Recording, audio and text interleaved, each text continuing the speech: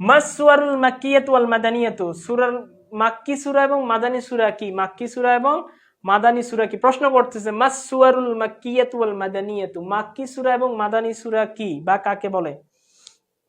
ঠিক আছে, তো উত্তর হচ্ছে কি, এখন দেখো আমরা মাক্কি সূরা এবং মাদানী সূরা বলতে কি বুঝি?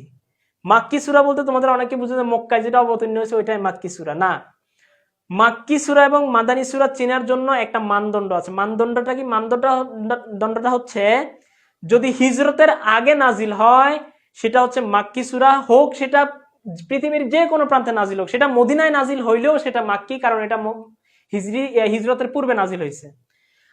আর যদি মাদানী সূরা কাকে বলা হয়? মাদানী সূরা বলা হচ্ছে হিজরতের পরে যে সূরাগুলো নাজিল হয়েছে, চাই সেটা মক্কায় অবতীর্ণ হোক, মক্কায় যদি অবতীর্ণ হয় তবুও হিজরতের পরে নাজিল হওয়ার কারণে সেটা কি?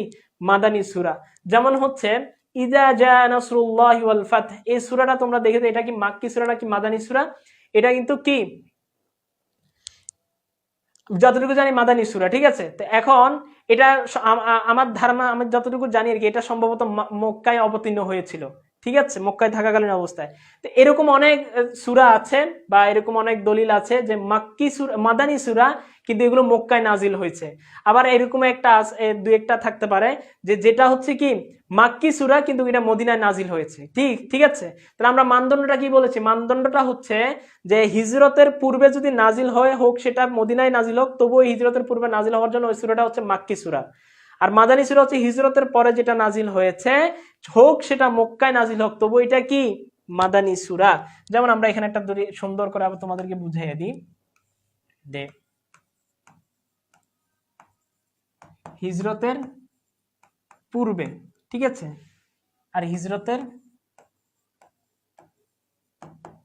পরে।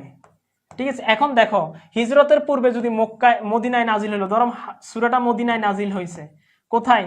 মদিনায় নাজিল হয়েছে, আর এই হিজরতের পরে ধরো এটা মক্কায় নাজিল হয়েছে, তবুও এগুলা কি? এটা হচ্ছে মাদানী সূরা। এটা কি? মাদানী সূরা। আর এটা কি?